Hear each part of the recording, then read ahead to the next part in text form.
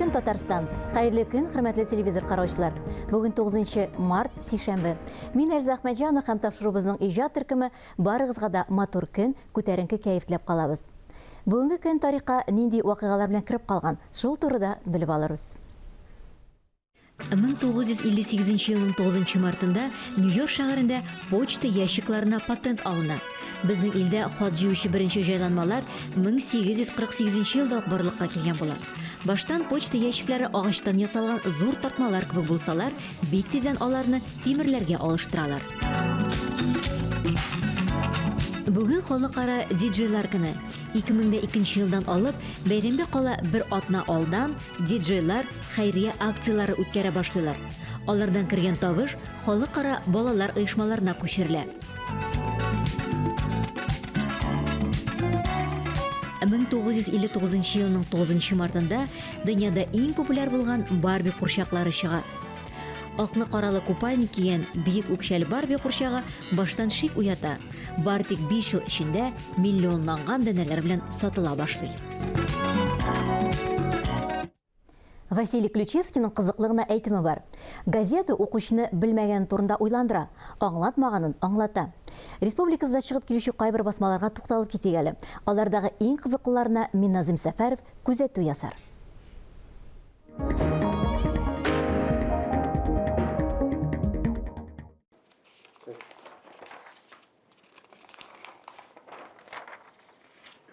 Татар матбугаты белән танышканда дөньяга яз килгәнне сизәсең.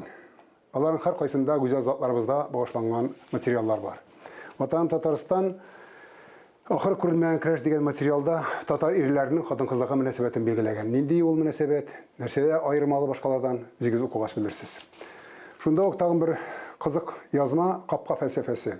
Безнең хәзер авылларда да капкаларны биклиләр көндез дигән проблема белән очрашкан журналист һәм аның нилектән икәнен төбәтешергә тырышкан. Кызыксынсагыз укып чыга аласыз. Кемнәр, ни өчен биклиләр, бикләргә кирәкме ул капканы, капка бикләүчеләр инде кешеләр, бикләмәүчеләр инде кешеләр.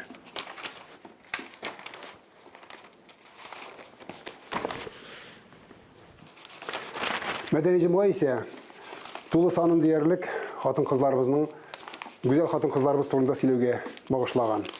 Монда аларның иҗаты белән танышырга була. Миреша Сибгатуллинаның шулай телевидениедә эшләгән каләмдәшебезнең гаилә тормышы, шуннан Гүзәл Гарәпшина дигән артисткабыз, Татарстанның атказанган артисткасы, Тинчурин театр артисткасы турында, һәм әлбәттә инде Уфа Нур театрыннан Гөлназ Мөхәммәдиева турында. Бу гүзәл затларыбыз турында рәхәтләнеп, яратып язылган материаллар.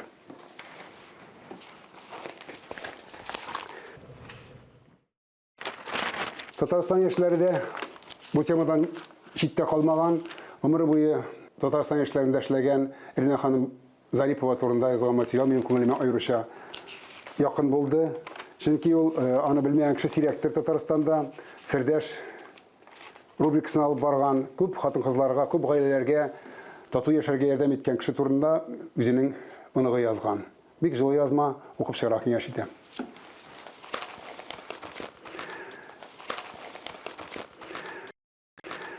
Шәһри Казан газетасы исә хатын-кызларны үчекләгәндәй бәйрәм алдыннан бер бик кызык материал бастырган. Ул буйдак ир монологы дип атала, миңа хатын нәрсәгә. Әлбәттә, сорау, риторик сорау, һәркем андый сорауны үзенчә куя торгандыр, үзенчә җавап бирә торгандыр, ләкин бу очракта ни өчен шулай дип әйтергә мәҗбүр булган бу ират заты. Укыгач шулай була аласыз. Киләсе очрашуга кадәр сау булашам.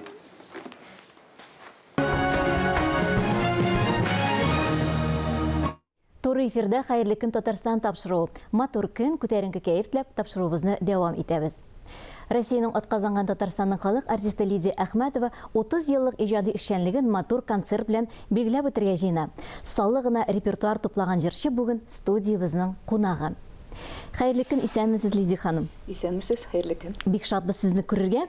Менә 30 ел сәхнәдә дип исемләнгән концертыгыз, иҗади кичәгез 13 март көне филармония сәхнәсендә узачак. Тамашачыларны нинди җырлар, нинди программа белән шатландырырга ниятлисез? Бу программада безнең республикабызның филармония джаз оркестры әлбәттә катнашачак.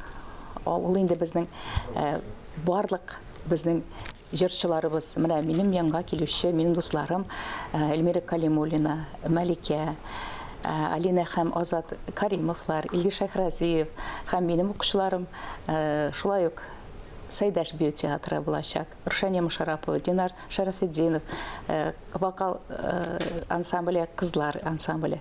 Менә шулай итеп искиткеч матур программа булачак.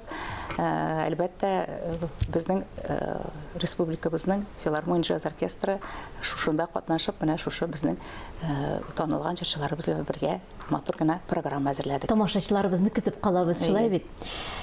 Һөнәрегезнең нечкәлекләренә кемнер өйрәтте сезне? Сезнең остазларыгыз кем иде? Миңа ул яктан бик мин бәхетле дип саныйм, чөнки музыка училищесында укыганда мин Клавдия Захаровна Черебинина дигән бик көчле укытучы укыдым. Вокал буенча һәм консерваториядә укыдым, шулай ук безнең бөек җырчыларыбызның берсе Альфия Загидуллина Гафиятулловна.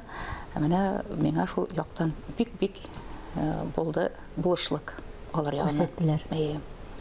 Бүгенге көндә сез үзегез дә күп кырлы хезмәт башкарасыз. Аларның кайбер юнәлешләрен генә әйтеп китсәгез иде. Мин инде бүгенге көндә ул минем белән балачактан килә. Әлбәттә, мин фольклор белән шөгыльләнәм. Ул инде безнең әби-бабаларыбызның әти-әниләр минем гөр килеп укытучылар гаиләсендә тудым бит инде. Һаманда то домбра, то скрипка, то гармон, то баян, то кубыз һәм җырлы, биюле гаиләдә үскәнгә күрә шушы җырларны тыңлап мин үстем. Һәм әлбәттә бүгенге көндә шушы мине һаманда җибәрми, һаманда шушы җырларны үзебезнең менә бүгенге көндә фольклор ансамбле минем бар. 2006 елны без оештык Казан федераль университеты каршында. Бүгенге көндә инде Яков Емельян мәдәни бүлеге мәдәни үзәгендә шунда без шөгыльләнәбез хәзер. Сәлам фольклор ансамбле, ул минем элекке студентларым.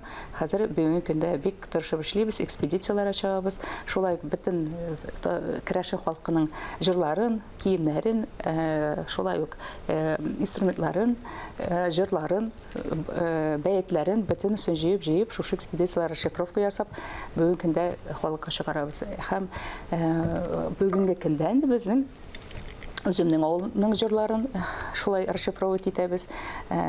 Бик матур җырлар, минем әби, минем бабай җырлый торган җырлар, улай тик тулак җыры, шулай аерылышу җыры, анда инде туй җыры, эчке җыры, май җыры, Петров, Пасха җырлары, анда искиткеч байлык. Менә шушы җырларны бүгенге көндә без язып, Алла берсә, Алла таба халыкка күрсәтербез. Әле экспедицияларда димәк һаман да әле җырлар табып була? Була, бик күп алар, бик күп безнең бай халык. Җырга, моңга, бөтен әсәрләр менә әле бер дә җырланмаган җырлар бик күп. Кызык. Сезнең сәхнә образларына килгәндә алар үтә дә уйланып бетерелгәннәр. Һәр вакытта да зәвык белән киенәсез. Һәм минем белүемчә, сезнең тормыш иптәшегез Рөстәм абыйның, Рөстәм әфәнденең дә монда өлеше кергән. Ул сезнең өчен махсус шушы бизәнү әйберләрен әзерли. Әйе, әлбәттә. Кайберәүләрен сез алып та килгәнсез бүген биргә. Матурлар барысы да искиткеч. Ул менә аның хобби дип әйтәсем килә. Ул шундый шөгыльләнә, ярата менә шушы бизәкләрне, милли бизәкләрне эшләргә. Менә монда әйтик, хәсидә, күкрәкчә, алкалар, шашкаплар, беләзекләр. Менә монда хәзер үземнең алка ул эшләде. Бөтенесендә менә шушы балдакларны бөтенесендә әлбәттә ул эшләде. Менә Керәшен бизәкләре, менә милли бизәкләр, менә монда шашкап, менә монда күкрәкчә, менә алтын куллы тормыш иптәшем, Алла шөкер. Мин бик шат. Аның шундый хобби булу. Һәм әлбәттә безнең әле тагын бер хобби бар. Без һәр елны барабыз ял итәргә Кавказга. Ул инде Кавказда менә без яратабыз Биштау, Железноводск дигән анда шәһәр бар, шунда барып тауга менеп, тимер тауына менеп сулар ишәбез дә, аннары Биштау дигән анда бар безнең тау, шунда барып без төрле şeyler җыябыз. Әйе, менә Рөстәм абыйны экраннарда күрәбез хәзер. Әйе, şeyler дигәндә сез безгә дә шушылай şeyler алып килгәнсез. Һәм алар искиткеч хуш ис тарата монда. Буларның нинди үләннәр кергәннәр монда? Мында Искиткеч. жасмин, менә 5 таудан без җыябыз. Жасмин, чабрец, шалфей, лаванда, шулай ук мята, анда шулай ук мәтрүшкәләр. Нинди генә анда үләннәр юк. Искиткеч шуларны алып кайтып, менә үзебезнең дусларга бүләк итәбез. Сезгә дә бүләк алып килдек. Ой, бик зур рәхмәт. Бик тә сыйланырбыз. Тапшыру тәмамланганнан соң шәйләр белән шәйләр эчербез. Сезнең әзерләгән шәйләрегез белән. Балаларыгызга менә бу сезнең мавыгылар күчтеме? Әлбәттә күчкән инде. Алар да кызыксыналар. Ләкин аларның икесенең дә малай минем Илдар исемле, кызым Әдилә. Алар да инде малай минем инструментларда уйный, шулай ук. Кызым минем матур итеп җырлый, бии дә. Ләкин кызым минем һәр бүгенге көндә балалар белән утыра, балаларны бик матур итеп тәрбияләп килә. Сез әлдәвән иде. Аларның икесе дә, әлбәттә, икесенең дә ике белемнәре бар. Кызымның шулай ук инглиз теле тәрҗемәче. Әмма дә ләкин шулай җырлап җырмыйлар. Музыка юлын сайламадылар дип әйтәм. Ул минем клиплар эшли, фильмда төшерә. Ул яктан. Иҗат белән шөгыльләнә барыбер. Кызым инде балалар үстерә, тәрбияли. Ул минем укытучы бит. Әйе. Бәлки аныкларга күчер, бәлки аныклар кызыксынырлар. Дәвамчылары булыр. Менә Алладан тора, ничек була, ничек күргән, язмышлар ничек була, шулай булыр инде. Шулай, һәр хәлдә уңышлы булсын, бәхетле булсыннар тормышта. Лидия ханым, һәм инде игътибар итсәк, безнең шулай өстәлдә бу халык уен коралы Думра дип алдан ук әйтеп киткән идегез инде. Бәлки безгә берәр җыр да бүләк итерсез. Менә бу Думраны миңа галим, фольклорист Геннадий Михайлович Макаров бүләк итте. Ул үз кулы белән эшләгән бу инструментны, һәм әлбәттә бу минем өчен бик кыйммәтле әйбер. Минем өчен гомерлеккә бу шундый зур бүләк. Һәм әлбәттә үземнең авылымның җырын, мин шушы җырны Тула басу дигән җырны минем әбием бик яратып җырлый иде.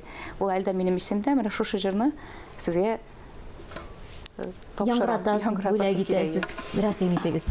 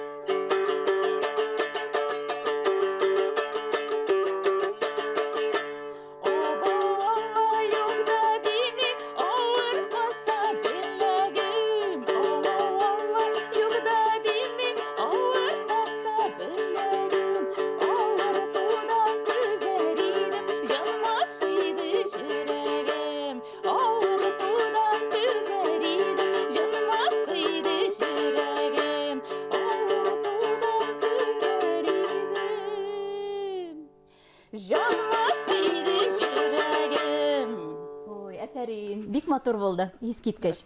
Тамашачыларыбызга там бер кат исләренә төшереп китик әле. 13 март көнне көтеп калабыз аларны Татар дәүләт филармония сәхнәсендә. Сезнең иҗади эшчәнлегегезгә 30 ел сәхнәдә дип исемләнгән иҗат кичәгезгә. Сезнең репертуарда халык җырлары, композиторлар җырлары һәм шул ук вакытта опера сәнгатенә кагылышлы да җырлар бар. Үзегезгә менә эчке халәтегез буенча кайсы җырлар сезгә якынрак? Мин әлбәттә инде бүген әйтеп үттем, шулай ук менә халык җырларын бик яратып башкарам. Шулай ариялар, романслар һәм әлбәттә үземнең яраткан оркестрым багышлап джаз әсәрләрендә яңгыратабыз. Безнең менә филармониядә менә шушы филармония күчкәч без инде башта бит Виктор Дейринг, башта Олег Мунстроманнарсын Виктор Дейрингдән соң хәзер инде ул бакы дөньяга киткәч без филармония каршысына күчтек. Филармония каршысында безнең тагында күтәрелеп бик нык эшли башладык. Искиткеч зур чаралар үткәрә башладык. Әйтик анда джаз фестивальләре үткәрәбез, Джазлы Казан дигән. Шулай Кроссовер джаз дигән тагын бер фестиваль үткәрәбез. Бөтен дөньядан килә безгә, бөтен дөньядагы артистлар, йолдызлар һәм әлбәттә шулай безнең Россия күләмендәге бөтен артистлар белән эшлибез. Без бүгенге көндә менә шулай итеп шөгыльләнеп, шулай үсәбез. Бөтен яктан безне уже таныйлар, беләләр. Чөнки киләсе елга безнең инде 75 яш була. Безнең оркестрга Олег Лунстром 47 елда килгән була. Хәзер менә шул оркестр безнең Олег Лунстромның без шушы юнәлешне алып барып, инде бүгенгегә шушы традицияләрне алып барып, менә 2021 елга җиттек бит инде. Шуңа күрә менә 2022 елда инде безнең 75 яш юбилейбыз була безнең оркестрга. Мин шуңа күрә бик шат, чөнки бүгенге көндә безнең оркестр сакланып килә. Олег Лунстромның шушы традицияләре бүгенге көндә саклана. Шуңа күрә мин бик шатмын. Безнең филармония күчебез, чөнки безгә бүгенге көндә бик зур булышлык бар. Әйтеп кадым Назаров Нуруллин ягыннан, шулай безнең республикабыз җитәкчеләре ягыннан бик зур булышлык. Безнең грантыбыз да бар. Менә шул яктан без бик рәхмәт әйтәсебез килә. Тамашачылар ягыннан әлбәттә инде мәхәббәтен яулап алдыгыз. Сез үзегез шәхсән һәм шулай оркестр һәм гомумән алганда филармониянең тулаем эшчәнлеге тамашачы ягыннан бик тә яратылып, күзәтелеп килә. Бүгенгә менә шулар, вакытыбыз тәмам. Безгә килгәнегез өчен, бүгенге көнегезне безнең белән башлап җибәргәнегез өчен бик зур рәхмәт сезгә. Әминә Әхмәтҗанова сезнең белән саубуллашам. Матур көннәр, файдалы атна теләп калам. Исән, имин булыгыз.